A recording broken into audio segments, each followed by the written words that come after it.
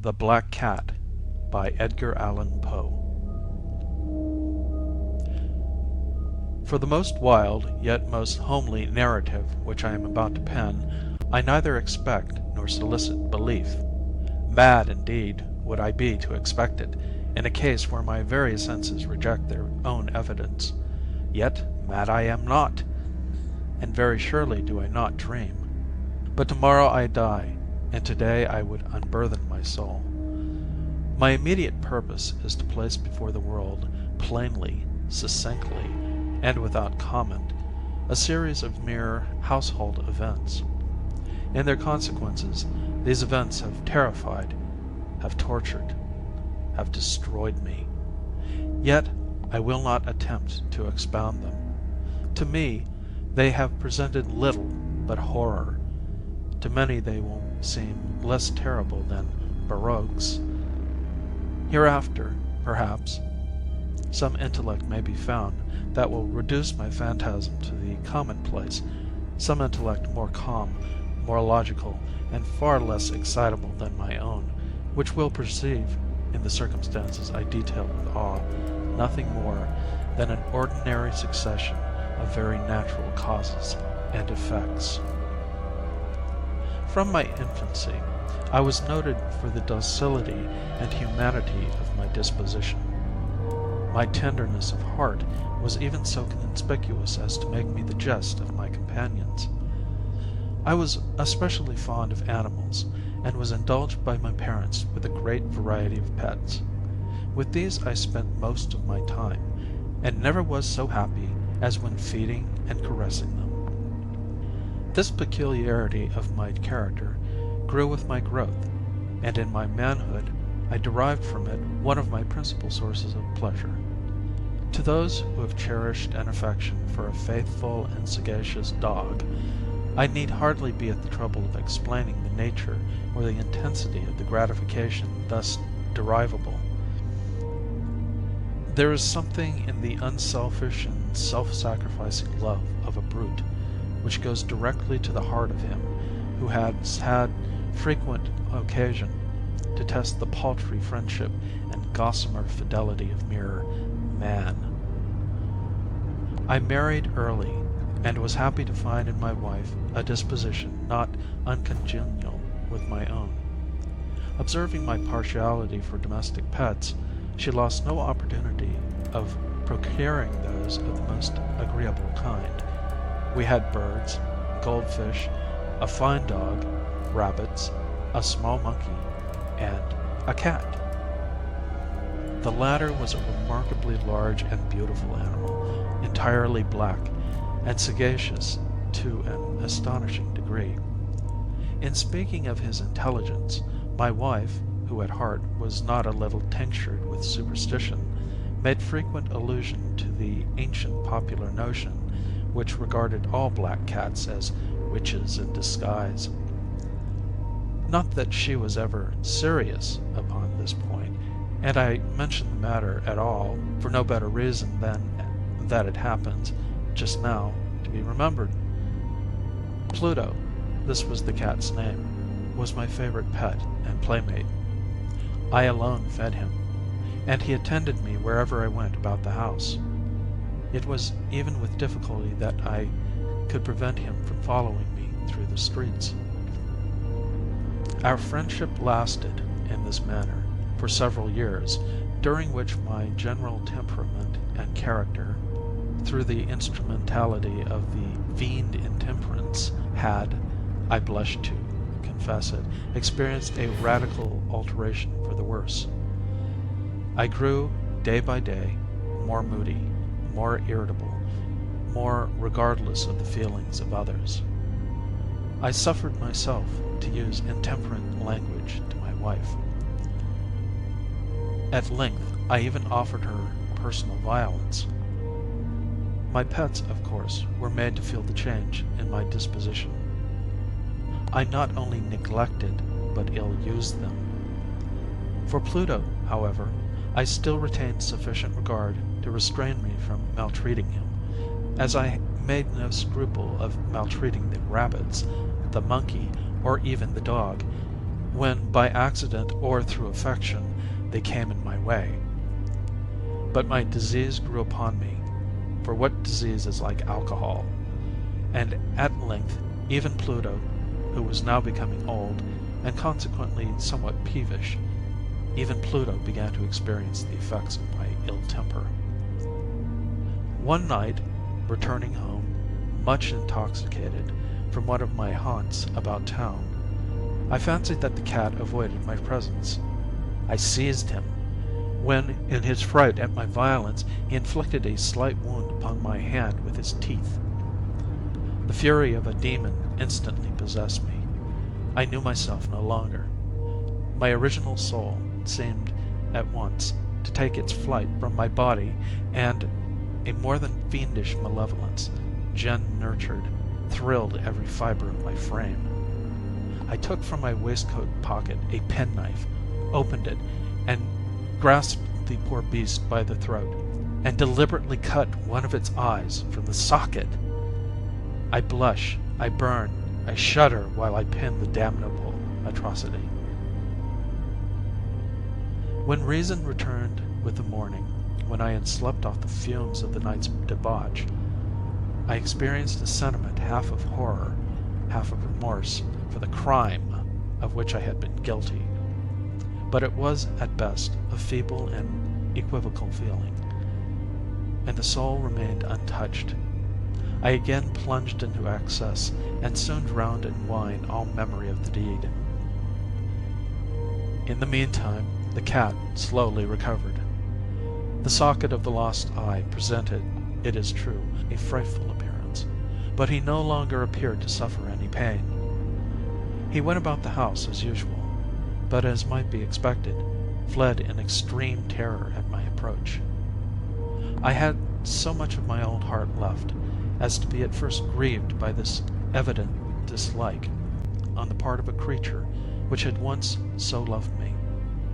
But this feeling soon gave place to irritation. And then came, as if to my final and irrevocable overthrow, the spirit of perverseness. Of this spirit, philosophy takes no account. Yet I am not more sure that my soul lives than I am that perverseness is one of the primitive impulses of the human heart, one of the indivisible primary faculties, or sentiments, which give direction to the character of man. Who has not, 100 times, found himself committing a vile or silly action for no other reason than because he knows he should not? Have we not a perpetual inclination, in the teeth of our best judgment, to violate that which is law, merely because we understand it to be such? This spirit of perverseness, I say, came to my final overthrow. It was this unfathomable longing of the soul to vex itself, to offer violence to its own nature, to do wrong for the wrong's sake only, that urged me to continue, and finally to consummate the injury I had inflicted upon the unoffending brute. One morning, in cool blood, I slipped a noose about its neck and hung it to the limb of a tree, hung it with the tears streaming from my eyes, and with the bitterest remorse at my heart, hung it, because I knew that it loved me, and because I felt it had given me no reason of offense, hung it, because I knew that in doing so I was committing a sin, a deadly sin that would so jeopardize my immortal soul as to place it, if such a thing were possible, even beyond the reach of the infinite mercy of the most merciful and most terrible God. On the night of the day on which this cruel deed was done, I was aroused from sleep by the cry of fire. The curtains of my bed were in flames. The whole house was blazing. It was with great difficulty that my wife, a servant, and myself made our escape from the conflagration. The destruction was complete. My entire worldly wealth was swallowed up, and I resigned myself, thenceforth, to despair. I am above the weakness of seeking to establish a sequence of cause and effect, between the disaster and the atrocity. But I am detailing a chain of facts, and wish not to leave even a possible link imperfect. On the day succeeding the fire, I visited the ruins. The walls, with one exception, had fallen in. The exception was found in a compartment wall, not very thick, which stood about the middle of the house, and against which had rested the head of my bed. The plastering had here, in great measure, resisted the action of the fire, a fact which I attributed to its having been recently spread. About this wall a dense crowd were collected, and many persons seemed to be examining a particular portion of it with very minute and eager attention. The words "strange," "singular," and other similar expressions excited my curiosity. I approached and saw, as if graven in bas relief upon the white surface, the figure of a gigantic cat. The impression was given with an accuracy truly marvelous. There was a rope about the animal's neck. When I first beheld this apparition, for I could scarcely regard it as less, my wonder and my terror were extreme. But at length reflection came to my aid. The cat, I remembered, had been hung in a garden adjacent to the house. Upon the alarm of fire, this garden had been immediately filled by the crowd, by someone of whom the animal must have been cut from the tree and thrown through an open window into my chamber. This had probably been done with the view of arousing me from sleep. The falling of other walls had compressed the victim of my cruelty into the substance of the freshly spread plaster, the lime of which, with the flames and the ammonia from the carcass, had then accomplished the portraiture as I saw it. Although I thus readily accounted to my reason, if not altogether to my conscience, for the startling fact just detailed, it did not the less fail to make a deep impression upon my fancy. For months I could not rid myself of the phantasm of the cat, and during this period there came back into my spirit a half sentiment that seemed but was not remorse. I went so far as to regret the loss of the animal, and to look about me, among the vile haunts which I now habitually frequented, for another pet of the same species, and of somewhat similar appearance, with which to supply its place. One night, as I sat, half stupefied, in a den of more than infamy, my attention was suddenly drawn to some black object, reposing upon the head of one of the immense hogsheads of gin, or of rum, which constituted the chief furniture of the apartment. I had been looking steadily at the top of this hogshead for some minutes, and what now caused me surprise was the fact that I had not sooner perceived the object thereupon. I approached it, and touched it with my hand. It was a black cat, a very large one, fully as large as Pluto, and closely resembling him in every respect but one. Pluto had not a white hair upon any portion of his body, but this cat had a large, although indefinite splotch of white, covering nearly the whole region of the breast. Upon my touching him, he immediately arose, purred loudly, rubbed against my hand, and appeared delighted with my notice. This, then, was the very creature of which I was in search. I at once offered to purchase it of the landlord, but this person made no claim to it, knew nothing of it, had never seen it before. I continued my caresses, and when I prepared to go home, the animal evinced a disposition to accompany me. I permitted it to do so, occasionally stooping and patting it as I proceeded. When it reached the house, it domesticated itself at once, and became immediately a great favorite with my wife. For my own part, I soon found a dislike to it arising within me. This was just the reverse of what I had anticipated, but I know not how or why it was, Its evident fondness for myself rather disgusted and annoyed me. By slow degrees, these feelings of disgust and annoyance rose into the bitterness of hatred. I avoided the creature, a certain sense of shame, and the remembrance of my former deed of cruelty preventing me from physically abusing it. I did not, for some weeks, strike or otherwise violently ill-use it. But gradually, very gradually, I came to look upon it with unutterable loathing, and to flee silently from its odious presence as from the breath of a pestilence. What added, no doubt, to my hatred of the beast was the discovery, on the morning after I brought it home, that, like Pluto, it also had been deprived of one of its eyes. This circumstance, however, only endeared it to my wife, who, as I have already said, possessed in a high degree that humanity of feeling which had once been my distinguishing trait and the source of many of my simplest and purest pleasures. With my aversion to this cat, however, its partiality for myself seemed to increase. It followed my footsteps with a pertinacity which it would be difficult to make the reader comprehend. Whenever I sat, it would crouch beneath my chair, or spring upon my knees, covering me with its loathsome caresses. If I arose to walk, it would get between my feet and thus nearly throw me down, or, fastening its long and sharp claws in my dress, clamber in this manner to my breast. At such times, although I longed to destroy it with a blow, I was yet withheld from doing so, partly by a memory of my former crime, but chiefly, let me confess it at once, by absolute dread of the beast.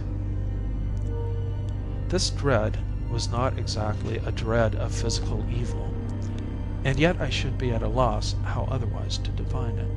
I am almost ashamed to own, yes, even in this felon's cell, I am almost ashamed to own, that the terror and horror with which the animal inspired me had been heightened by one of the merest chimeras it would be impossible to conceive. My wife had called my attention, more than once, to the character of the mark of white hair of which I have spoken, and which constituted the sole visible difference between the strange beast and the one I had destroyed.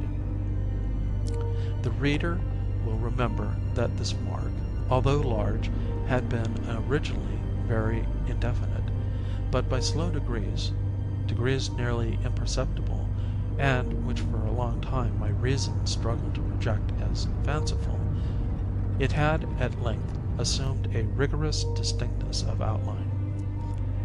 It was now the representation of an object that I shudder to name, and for this, above all, I loathed and dreaded and would have rid myself of the monster, had I dared.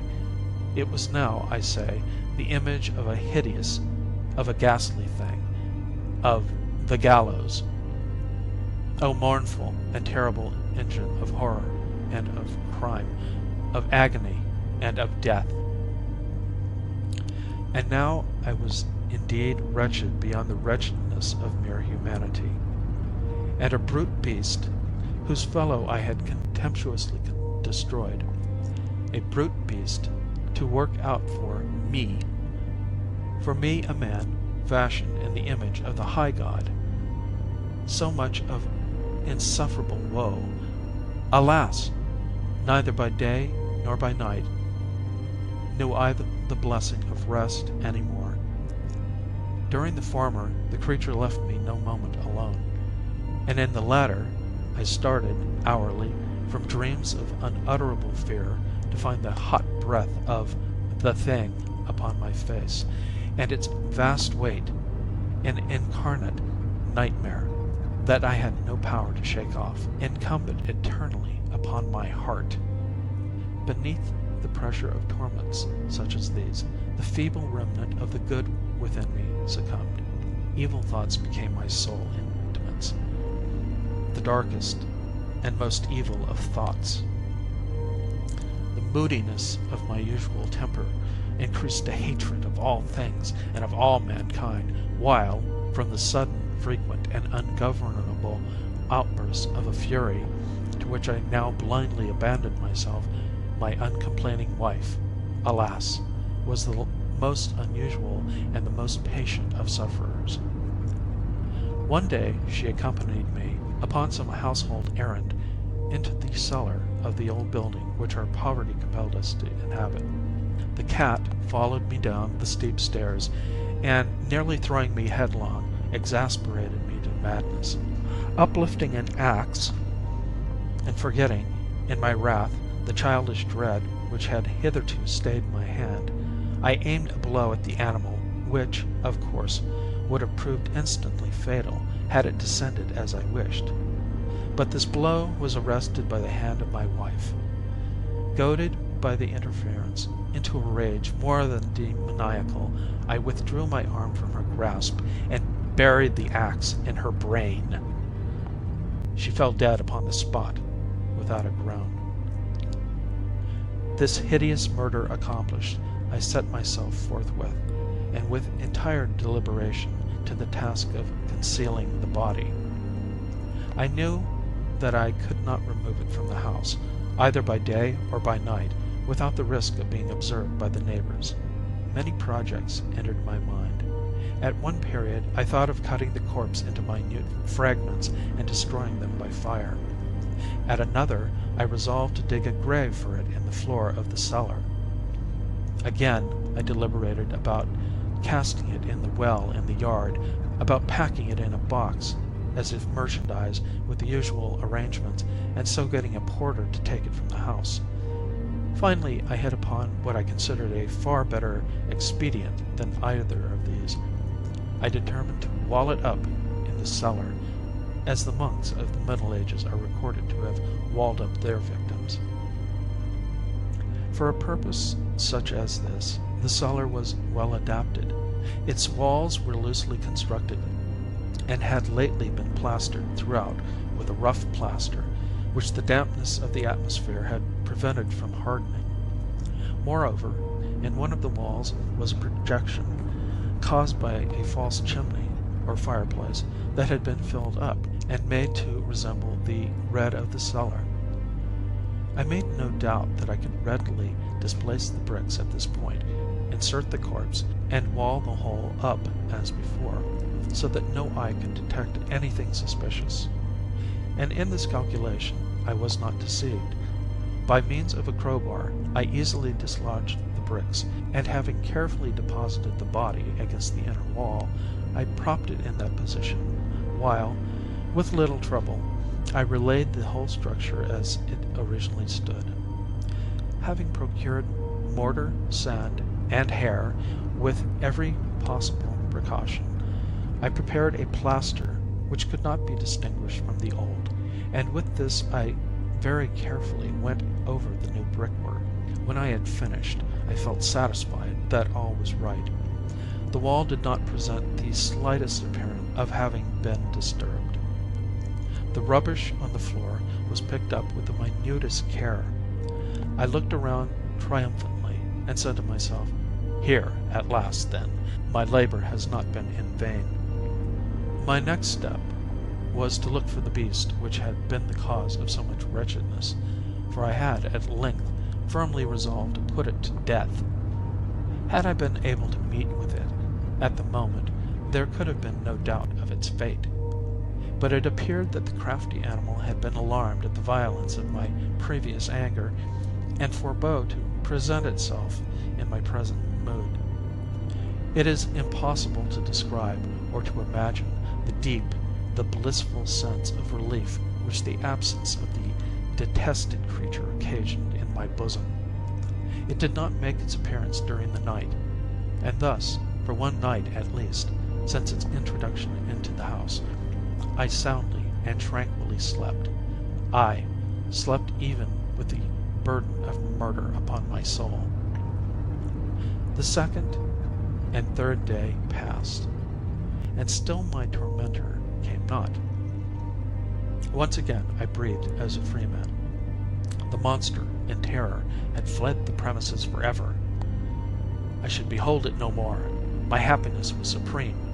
The guilt of my dark deed disturbed me but little.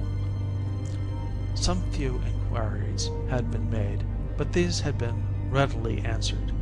Even a search had been instituted, but of course nothing was to be discovered. I looked upon my future felicity as secured. Upon the fourth day of the assassination, a party of the police came, very unexpectedly, into the house, and proceeded again to make rigorous investigation of the premises. Secure, however, in the inscrutability of my place of concealment, I felt no embarrassment whatever. The officers bade me accompany them in their search. They left no nook or corner unexplored. At length, for the third or fourth time, they descended into the cellar. I quivered not in a muscle. My heart beat calmly as that of one who slumbers in innocence. I walked the cellar from end to end. I folded my arms upon my bosom, and roamed easily to and fro. The police were thoroughly satisfied, and prepared to depart. The glee at my heart was too strong to be restrained. I burned to say, if but one word, by way of triumph, and to render doubly sure their assurance of my guiltlessness. "Gentlemen," I said at last, as the party ascended the steps, "I delight to have allayed your suspicions. I wish you all health, and a little more courtesy. By the by, gentlemen, this is a very well constructed house." In the rabid desire to say something easily, I scarcely knew what I uttered at all. "I may say an excellently well constructed house. These walls are you going, gentlemen. These walls are solidly put together." And here, through the mere frenzy of bravado, I rapped heavily with a cane which I held in my hand upon the very portion of the brickwork behind which stood the corpse of the wife of my bosom. But may God shield and deliver me from the fangs of the arch-fiend. No sooner had the reverberation of my blows sunk into silence than I was answered by a voice from within the tomb, by a cry of, at first muffled and broken, like the sobbing of a child, and then quickly swelling into one long, loud, and continuous scream, utterly anomalous and inhuman, a howl, a wailing shriek, half of horror and half of triumph, such as might have arisen only out of hell, conjointly from the throats of the damned in their agony and of the demons that exult in the damnation. Of my own thoughts it is folly to speak. Swooning, I staggered to the opposite wall. For one instant the party upon the stairs remained motionless, through extremity of terror and of awe. In the next, a dozen stout arms were toiling at the wall. It fell bodily. The corpse, already greatly decayed and clotted with gore, stood erect before the eyes of the spectators. Upon its head, with red extended mouth and solitary eye of fire, sat the hideous beast whose craft had seduced me into murder, and whose informing voice had consigned me to the hangman. I had walled the monster up within the tomb. End of The Black Cat.